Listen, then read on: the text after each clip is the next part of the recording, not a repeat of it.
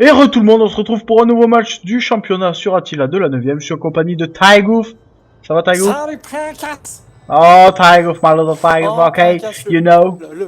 le plus grand, le plus beau, le plus fort. Oh Heureux merci, d'être en merci. ta compagnie Oh Prinkas. merci, merci. Il va falloir qu'on se bouge le cul. Donc voici un Oui, oui, match de la c'est semaine parti en 3 fait. entre Assassin et Snorny. Donc on va dès à présent vous présenter les compos. Je laisse faire Tygouf pour la compo de Snorny.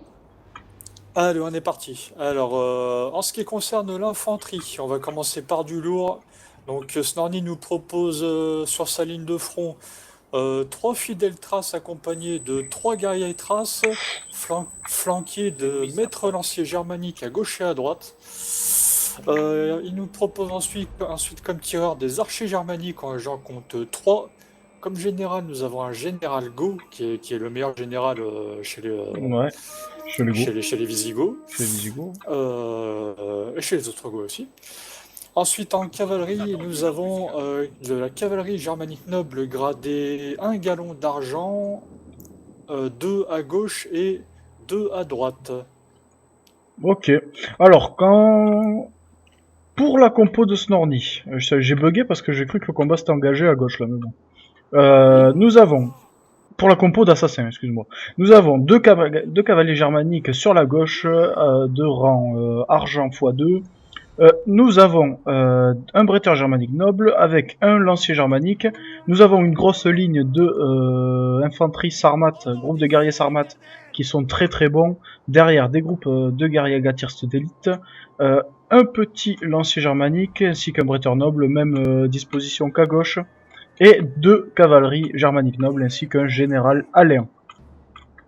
Alors, des compos assez équilibrés, bien que le centre de Snorny soit extrêmement fort. Supérieur à... Ouais. Ouais. À mon avis, Attention. même si... Ouais. Ah, vas-y, finis ta phrase. Non, Prinkas. vas-y, c'est moi. Nous sommes embrouillés, ce n'est pas grave, hein. Bah ouais. Non, mais sur le papier, je me dis que la ligne de front de Snorny est peut-être même supérieure à la ligne de front d'Assassin. Ouais. Mais à pas sous-estimer les guerriers Sarmat. Non, ne pas les sous-estimer. Et par contre, il va falloir que Snorny charge un jour. Ah, ben ça charge du côté d'Assassin sur son flanc droit, sur la cavalerie. Il envoie qu'une seule cave, c'est dangereux ce qu'il fait. À gauche aussi, c'est dangereux, sauf qu'il envoie un bretteur pour choper ses petits maîtres lanciers. Je sais pas si le bretteur germanique noble suffira, mais en tout cas, on voit qu'il a détaché ici deux unités. Alors, un groupe de guerriers sarmatins, un groupe de guerriers gatistes d'élite. Une cave ici oubliée de chez Assassin qui devrait revenir pour prendre la cave, mais je pense que Snorny va prendre la charge. Non, il donne l'ordre de charge sur les archers.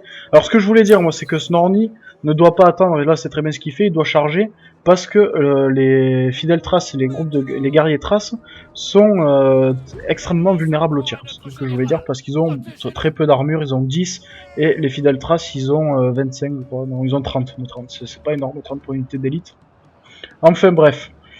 Comment ça se passe sur les flancs? Alors, Snorny a plutôt bien engagé la bataille, à mon avis. Mhm. Enfin, je trouve que pour l'instant, ça se vaut Ouais, des ouais. deux côtés.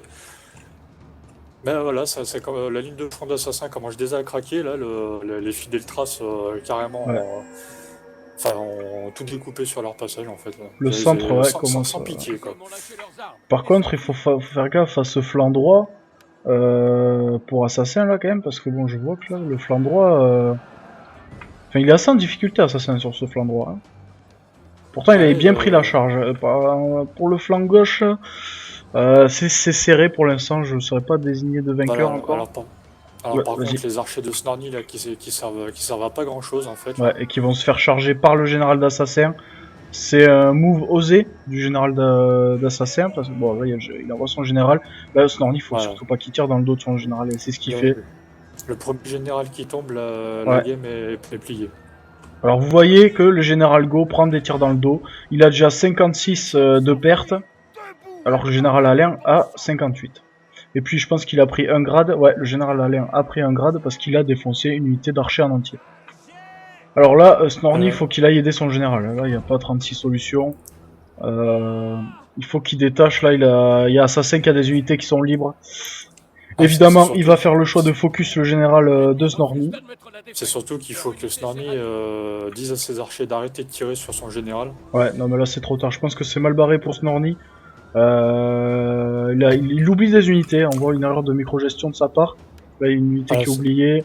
Là, il y en a une qui poursuit des groupes de Du vent. guerriers armados, je sais pas, du vent, ouais, voilà. Bon, là, je pense que la game est à peu près pliée. Assassin Ah, oublie ça, quelques unités ça aussi. qui a oublié l'unité ici, là. Ouais, ouais, Hop, ouais, pardon, ouais. je me trompe de couleur. Hop. Oh, c'est pas grave, c'est pas grave. Moi aussi, je me suis trompé. Mais ouais, l'assassin qui fait quelques erreurs aussi. Mais qui dans l'ensemble... Ah, attention, ici, là, c'est parti chez Assassin. Les deux bretteurs qui vont partir. Ah, non, ça part avant chez Snorny, au final. Mais Assassin a toujours cette petite cave qui peut... Mais je me trompe de couleur. Bah, Hop, qui peut le revenir. marteau enclume de la cave germanique noble d'assassins dans les archers qui vont aller focus le général, à mon Ouais. avis. Et puis là, le général Alain va très vite tomber. Ouais, Le général Go, voilà. excuse-moi. Le général Alain, celui d'Assassin. Ouais, le général Go, là. Ouais, c'est vraiment des magnifiques unités, là. Des unités d'élite, regardez. Se battre. Snorny qui est une des dernières recrues de la 9ème qui a tenté quand même tant bien que mal d'opposer une certaine résistance à Ouais. Assassin. Mais c'était une belle game dans le sens où... C'était une game intéressante. Ouais. Assassin a pris l'avantage sur la fin, mais pas des... Enfin, je l'ai pas sous-estimé, Snorny, hein, quand même, hein, parce que là, on regarde... Bon, après, il avait des unités... il avait un centre extrêmement fort. Ouais, il y a des unités, genre le guerrier trace qui fait 22, ça c'est assez dommage pour un guerrier trace. Après 233, c'est énorme. 134, c'est très très bien. Des fidèles traces à 276, voilà. Ça fait le taf. 87, 21, c'est moins bien. C'est beaucoup moins bien, même. C'est médiocre pour des unités comme ça. Ensuite, les archers, ouais, qui ont fait plus de mal que de bien, j'ai l'impression. Mais après, la cavalerie qui était là, ouais, pour tampon, du côté de chez Snorny. Et les maîtres lanciers germaniques qui ont fait leur taf, hein, c'est ce qu'on les attendait pour ça, et c'est ce qu'ils ont fait. Ils sont pas là pour prendre les kills, ils sont là pour prendre des charges, pour prendre tout dans leur tête un peu, voilà. Ils sont fait une spécialité d'attraper les flèches avec leur front, et on les prend pour ça de toute façon. Après du côté d'Assassin, il y a un bretteur germanique noble à 119, une unité très très rentable là. Ouais. Ensuite un Un groupe de guerrier guerre, Sarmat ouais, à 133. 133. Après le reste, bah, c'est fait découper par les guerriers traces. 62, c'est pas mal. Guerriers Gatirst d'élite ont pas mal taffé, c'est pas mal aussi. Les archers 66, ça c'est très très bien pour cet archer là. Bah, ils ont focus les fidèles traces. Ouais, il a eu raison, Assassin là.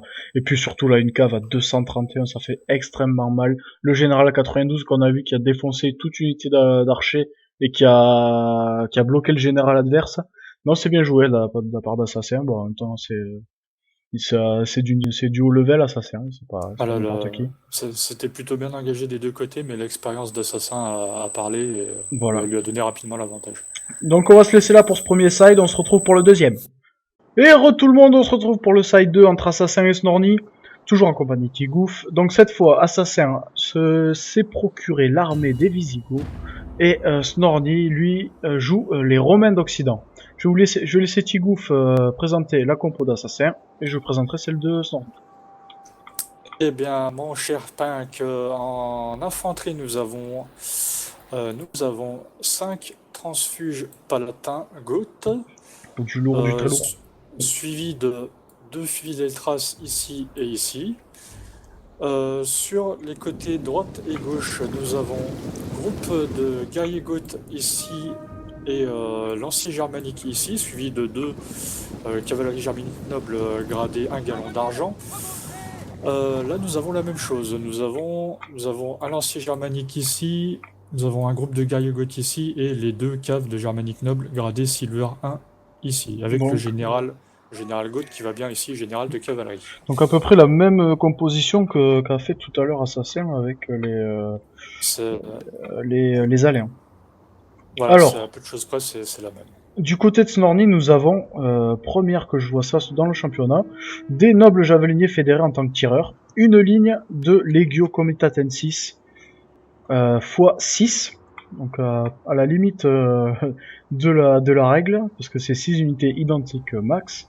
Ensuite, nous avons un Cornutus Seniores ici, qui est un gros lancier, une infanterie lourde. La même chose ici. Et ils sont précédés par des lanciers fédérés, donc des petits lanciers qui ont pour avantage d'avoir des munitions. Un Equites Promoti et 2 Equites Promoti en fait, et je crois que c'est la même chose, voilà, c'est la même chose de l'autre côté. Les Equites Promoti qui sont pour moi la cavalerie chez les Romains la plus rentable au niveau qualité-prix. Parce qu'ils ont ils ont une bonne tenue contre les autres caves, ils ont une bonne tenue contre l'infanterie, ils ont des munitions, et ils coûtent pas tellement cher, je crois qu'ils coûtent un peu moins, enfin je crois qu'ils coûtent 600, un peu plus, je sais pas. Je me rappelle plus, mais je sais qu'ils coûtent pas très très cher. Alors que ça s'engage, ça a l'air de Alors, s'engager sur les ça flancs. s'engage assez rapidement. Vas-y. Le Legio Comitatensis, alors les Legio Comitatensis qui sont assez, moi j'aime, enfin, c'est pas les meilleures unités chez les Romains d'Occident. Les unités qui ont le plus d'attaques chez les Romains d'Occident, ce sont les Palatins d'élite. Eux, ils ont l'avantage d'avoir 2 munitions, ce qui n'est pas mal. Snorny qui se fait charger sur son flanc gauche, qui réagit juste à ce moment. Il a envoyé les 2 caves dessus, moi j'en aurais gardé une pour envoyer sur le Fidel Trace ici, pour le prendre à dépourvu. De ce côté, Snorny a l'air de prendre l'avantage... Assassin, pardon, excusez-moi, a l'air de prendre l'avantage sur le flanc droit de Snorny. Snorny qui se fait toujours énormément de TK, mais qui fait partir un groupe de Garrigo avec les nobles javeliniers ici. La ligne du centre qui s'engage. Ça c'est assez chaud parce que bon... Snorny n'aura pas l'avantage sur son centre, ça c'est sûr. Une cave d'assassins qui se faufile et qui va sûrement aller chercher les javeliniers. Attention parce que les javeliniers ont un pouvoir de perforation énorme. Voilà, il y a eu 7 pertes quand même. Ils ont eu le temps de faire 7 pertes avant que les cavaliers les chargent. Ici, Assassin a cassé une unité de lancier fédéré, ce qui est normal. Face à des fidèles traces, il n'y a pas photo. Assassin qui prend doucement le contrôle du flanc droit de Snorny. Et là, le centre de chez Snorny qui va céder, bien sûr, évidemment. Les Legio Comitatensis sont des unités de défense, il faut pas en faire sa ligne. Face à des transfuges palatins goths, là, la seule unité qu'il aurait pu aligner face aux Romains, c'est des palatins d'élite, comme je vous l'ai dit. Après, les Romains ont d'autres forces, comme des gros tireurs, comme des ballistari, c'est-à-dire des arbalètes. Ils ont des unités très très fortes en défense, de très très bons lanciers. Je pense que la ligne, il fallait pas en faire avec du Legio Comitatensis, ça c'est une évidence, il était sûr de se faire péter. Ouais, regardez, là ça s'est complètement ouvert le centre, il n'y a plus aucun Legio Comitatensis, je rappelle qu'ils étaient 6. Et là, viennent de tous partir, et je pense qu'on se dirige vers une nouvelle victoire d'assassins. Cette cave qui pourrait peut-être faire la différence dans un groupe de Garrigotes, mais moi je l'enverrais plutôt dans le transfuge de Palatin. Surtout que là je suis en train de voir que le général de Snorny c'est un Comes, il me semble que c'est pas le meilleur des généraux. Non, c'est un très très bon général, le général de Snorny, le Comes, mais c'est le meilleur général chez les Romains, c'est le Magister Militium. Mais le Comes est très potable, hein, c'est une très très bonne cavalerie, y a pas de souci par rapport à ça, c'est une cavalerie lourde. Le Fidel Trace ici qui fait fuir des Equites Promoti. Alors ce que je comprends pas avec les Fidel Trace, c'est qu'ils arrivent à se débrouiller extrêmement bien face à la cavalerie alors qu'ils n'ont aucun bonus contre la cavalerie. Je sais que dans Rome 2, les guerriers Traces avaient quelques bonus face à la cavalerie grâce à leurs armes, leurs lames recourbées. Parce qu'on aussi là les guerriers Traces, est-ce qu'on en voit là? Est-ce qu'il n'y a pas une unité de guerriers Traces par là? Peut-être des Fidel Trace ici. Regardez, ils ont une lame recourbée. Ils viennent de se casser la gueule devant nous. Là, regardez. Et dans Rome 2, je sais qu'il y avait un petit bonus par rapport à ça contre la cave. Mais bon, on se dirige doucement, mais sûrement vers une victoire d'Assassin. Deuxième victoire. 2-0 donc. Assassin qui va assurer son maintien en haut du classement pour cette 3ème semaine. Voilà. En même temps, là, une erreur de composition de la part de Snorny. Qui oppose face au transfuge palatin goth des Legio Comitatensis. Voilà donc. Les Romains d'Occident ont beau être des chars d'assaut sur pattes au niveau de l'armure et tout ce qui suit, mais face à du transfuge palatin et du fidèle trace, ils peuvent pas faire grand chose. Ouais.